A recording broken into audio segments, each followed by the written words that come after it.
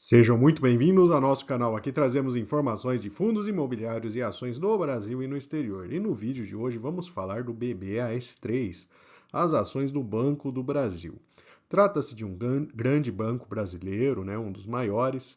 É um banco que apresenta resultados muito importantes, inclusive vamos olhar um pouco melhor esse histórico.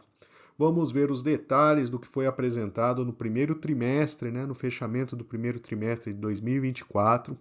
E adiantamos que tem alguns detalhes importantes que valem a pena ser analisados pelo investidor.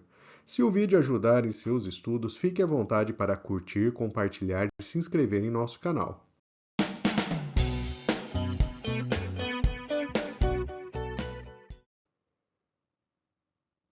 Vamos começar o vídeo por uma rápida corrida pelas principais notícias apresentadas pelo Banco do Brasil no último mês, as notícias recentes. A primeira delas aqui, o dividendo, o pagamento de JCP de 1,1 milhão como antecipação do segundo trimestre de 24, então o valor aproximadamente aí de 20 centavos por ação. Só esse valor praticamente aí dá quase 1% de dividend yield no ano, tivemos também comentário do BTG, falando estar impressionado com a nova CEO da empresa, recomendando compra de Banco do Brasil.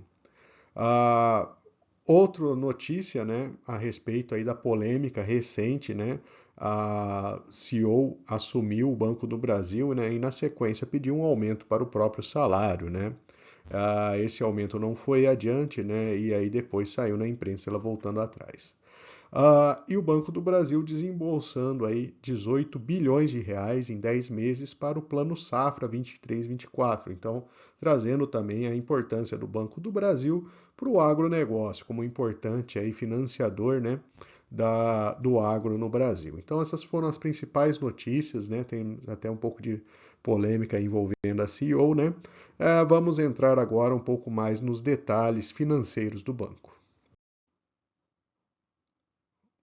Os resultados anuais não temos o que falar, Desde 2018, até 2020. 2020 foi um ano bem complicado para qualquer empresa, 21 já mostrou aí uma tendência de recuperação e 22 um resultado impressionante. Então, tivemos aí o crescimento significativo dos resultados do Banco do Brasil, Principalmente aí em 2022 e 2023. Abrindo os resultados do primeiro trimestre, a gente olhando agora incluindo o primeiro trimestre de 2024, a gente vê um crescimento muito importante de receita, mas de 23 para 24 a gente percebe que a tendência já diminuiu um pouco. Ainda assim, o lucro de 24 foi maior que o de 23. Então, o banco segue apresentando um crescimento bastante relevante aí nos seus resultados. Com o fluxo de caixa, a gente vê aqui a evolução das atividades operacionais do banco, são bastante relevantes ali, um patamar bastante alto. Tivemos aí financiamento e atividades de investimento ali ocupando aí os lados opostos, Vamos falar aí dos índices agora, que são indicadores bem relevantes para um banco, Vamos falar então do índice de Basileia e o índice de imobilização. O índice de Basileia mede a proporção de capital próprio que o banco possui, em relação ao seu capital total, e o índice de imobilização, qual o percentual desses índices que estão em ativos de menor velocidade, menor liquidez, Então, é desejável que o índice de Basileia seja cada vez mais alto e de imobilização mais baixo, Inclusive, o Banco Central estabelece limites, Basileia pelo menos 11%, imobilização no máximo 50%. E aqui a gente tem a tendência, observamos aí que nos últimos 4 anos o banco apresentou aí uma queda do índice de Basileia. Ainda está num patamar ainda longe do limite, mas a tendência chega a ser um pouco preocupante, Então temos aí uma situação em que o banco está apresentando uma proporção de capital próprio mais baixa, É uma forma de medir aí o índice de endividamento do banco, E o índice de mobilização ele vem crescendo também. Então são dois índices ali que, se a gente olhar o histórico recente, diferente aí de lucro, receitas e tal, eles contam uma história um pouco diferente, né? Acendem aí uma luz amarela em relação ao Banco do Brasil. Se você está gostando desse vídeo, não se esqueça de curtir o vídeo e compartilhar. Isso ajuda bastante a divulgação do canal, tá? Vamos falar de patrimônio, né? Então, o crescimento do valor patrimonial do banco nos últimos anos foi bastante significativo. A gente vê ali desde 2018 um crescimento importante, né? Saindo aí de 100 para praticamente 180 bilhões de reais.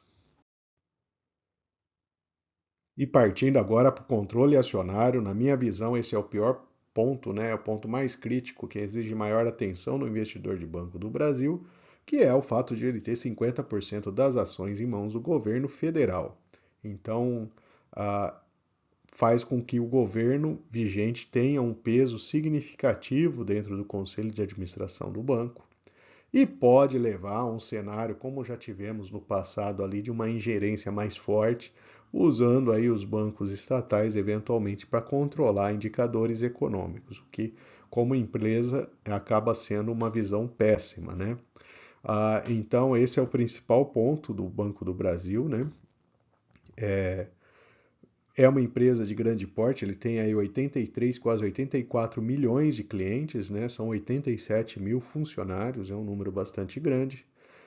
São quase 4 mil agências do total e 93% das suas transações estão realizadas em canais digitais, o que mostra também que o banco apresentou uma boa evolução aí nesse cenário digital, né? A gente tem aí 28 milhões e meio de clientes ativos em canais digitais do Banco do Brasil. Então, o banco em si, como empresa, é bastante interessante, vale atenção em relação às questões aí que envolvem eventualmente uma interferência de governo.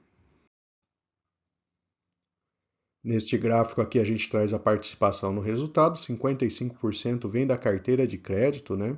Então é um banco aí que apresenta um resultado bastante interessante vindo do crédito. E aqui temos a evolução do lucro por ação, né, da empresa. A gente tem uma evolução muito significativa ao longo aí dos últimos anos, né? Então a gente observa aí um horizonte de 10 anos. Lá atrás, em 2014, 2015, o banco pagou também dividend yields mais elevados, né? Depois de 16 a 19, passou num momento aí de maior baixa. Com a recuperação dos resultados, ele voltou a pagar um patamar bastante elevado. Então, isso mostra, né, que a empresa ela apresenta um certo nível de resiliência, né? Vale você também prestar atenção na barra amarela desse gráfico, né? Que apesar do dividend yield não ter caído tanto assim, né? A gente vê que o pagamento caiu, né? Principalmente aí olhando de 15 para 16, né? Uma queda bem importante, porque de fato o preço da ação acompanhou, né? Então, como a gente está pegando uma referência aí de um preço da ação no ano, no dividend yield, ele acaba mantendo um patamar interessante, né? E da mesma forma também o valor do dividendo ele cresceu tanto, né? Se a gente olhar o ano de 23 em relação a 16, né? É algumas vezes maior, né? Mas o dividend yield não disparou porque o preço da ação cresceu, né? Aumentou o preço dela no mercado, a gente observou isso nos últimos anos, e isso fez aí com que o dividend yield ficasse nesse patamar aí, né, de 8 a 12%, que é um patamar bastante alto, né? Bom, depois desse histórico de dividendos, vamos entrar então no que o banco apresentou de resultados no primeiro trimestre, né? A sua margem financeira bruta, né, ela cresceu significativamente aí, quase 22% em relação ao primeiro trimestre de 2023. Aqui a gente tem um aumento bastante importante da provisão para liquidações duvidosas, né? Então temos aí quase 46% de crescimento. Isso daqui é basicamente aquilo que o banco enxerga que corre o risco de levar calote lá na frente, né? De não receber os valores emprestados. Então ele aumentou bastante esse valor, ele saiu de 5.800 no primeiro trimestre de 23 para 8.500 em 2024. Então, esse é um ponto de atenção, mostra aí que o banco já está se preparando eventualmente para um cenário mais desafiador de crédito, né? Isso daqui é um dado bastante importante ali, né? Eventualmente, se o cenário melhorar mais para frente, ele pode descarregar isso daqui do balanço, né? Abrindo agora em detalhes, né, o crédito para pessoas físicas. Então, o banco possui 317 bilhões de reais emprestados para pessoas físicas, 5,8% de crescimento. A inadimplência ela caiu de 5,39 para 4,77, então foi um dado positivo olhando o cenário de pessoas físicas, mas se a gente for para pessoa jurídica, a gente teve um crescimento de 8,5% na carteira, chegando a 393 bilhões de reais, inclusive mais alto, né, do que a pessoa física. E aqui a gente vê um aumento da inadimplência de 2,13 para 3,19. Então, é um aumento significativo que já vem acontecendo ali, né, ao longo do ano, da inadimplência de pessoas jurídicas, né? A carteira de crédito do agronegócio tem 372 bilhões, um crescimento de 15%, então um crescimento bastante elevado. Em compensação, também apresentou um aumento de 0,59 para 1,19 da inadimplência. Então, também na carteira de agronegócio tem um aumento significativo da inadimplência. Lógico, o banco enxergando essa situação acaba provisionando um valor maior ali para a liquidação duvidosa. Então, o cenário que a gente esperaria ter mais para frente, né, se a situação apresentar uma melhora, tanto para as empresas quanto para o agronegócio, a inadimplência começa a cair e o banco começa a retirar a provisão. Mas isso depende de uma melhora para o cenário, no cenário desses dois setores, né? E considerar também que a gente tem lá toda a situação no Rio Grande do Sul, que certamente vai ter impactos importantes ali, econômicos importantes, que devem refletir no país todo. Então, além de ajudarem, né, mais um lembrete ali, né, quem puder ajude, né, ver doações. A gente publicou logo no início aqui algumas entidades, né, e de alguma forma buscar ajudar o pessoal lá, porque a situação de fato é bastante crítica, né? Mas olhando também sob a ótica da empresa, né, podemos ter aí, na hora que tivermos o resultado do segundo trimestre, começar a identificar aí algumas situações, né, que podem sinalizar em um cenário mais desafiador para as empresas também. As projeções corporativas, né, elas seguem ali um lucro líquido esperado nesse ano na casa de 37 a 40 bilhões de reais, que é um patamar bastante elevado, né? E é um patamar que o banco já praticou em 2023, né? Neste gráfico aqui a gente traz a evolução do preço-lucro do banco, né? Ele já foi negociado a múltiplos um pouco mais altos. Com o aumento do lucro, ele vem sendo negociado a patamares mais baixos, né? Aqui nessa tabela a gente traz então a comparação dos principais bancos do Brasil, né? Itaú, Bradesco, BTG, Santander e a Itaúsa, que é uma forma de você investir no Banco Itaú também, né? Em termos de múltiplos, a gente observa que o Banco do Brasil ele acaba tendo os múltiplos mais baixos, né? Justamente por conta de ser uma empresa estatal, né? Tem a participação do governo federal, então ele acaba sendo negociado a múltiplos mais baixos. Se a gente olhar as margens, apesar de não ser a mais alta, né, do conjunto, mas ele tem uma margem bastante boa, né? Inclusive margem líquida e ROI maior do que o Itaú, por exemplo, que é um banco privado. Então, a empresa em si ela se mostra uma empresa bastante interessante, né, bastante relevante, mas a questão de ser uma estatal leva o seu preço a um patamar, a viver num patamar aí mais baixo do que deveria ser.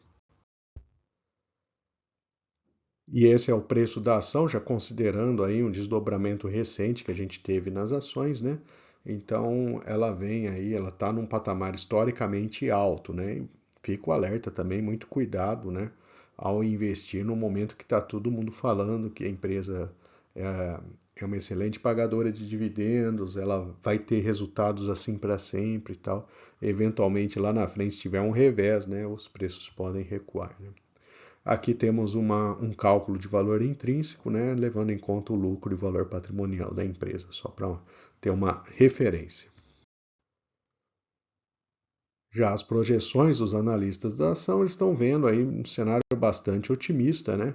A recuperação de preço aí, um aumento de preço bastante significativo nos próximos 12 meses e a maior parte deles recomendando a compra da ação. E vamos falar dos pontos positivos e negativos para investimento nas ações do Banco do Brasil. Do lado positivo, a gente tem de fato resultados bastante expressivos nos últimos anos, pagamento de dividendos muito relevantes, um bom dividend yield de preço descontado em relação a outros bancos, boas margens e expectativa positiva dos analistas. Em compensação, do lado negativo, a gente tem a piora dos indicadores, né? Índice de Basileia, índice de mobilização. É uma estatal também, tem um risco muito maior de interferência do governo, né? Um crescimento significativo no PCLD, né? Provisão de crédito de liquidação duvidosa. Então, temos que ficar atento aí à questão de inadimplência, como vai evoluir isso ao longo do ano de 2024. E a gente tem também, né, especialmente a inadimplência de pessoa jurídica e do agronegócio. Então temos que ficar atento aí a esses cenários, né, para você, investidor do Banco do Brasil, né, acompanhar mais de perto ali a evolução. Espero que tenham gostado do vídeo do nosso canal. Segue aqui o link para o canal, caso vocês não sejam inscritos e tenham interesse em se inscrever, e uma opção de vídeo em um dos playlists nossos que a gente tem no canal com diversas opções de ação. E lembrando, o YouTube liberou recentemente o botão Valeu Demais para o nosso canal, então se você deseja contribuir com esse trabalho, né, fique à vontade. Clicando no botão ali, ele deve abrir opções. Se não quiser contribuir, você contribui também compartilhando e curtindo o vídeo. Muito obrigado e até a próxima.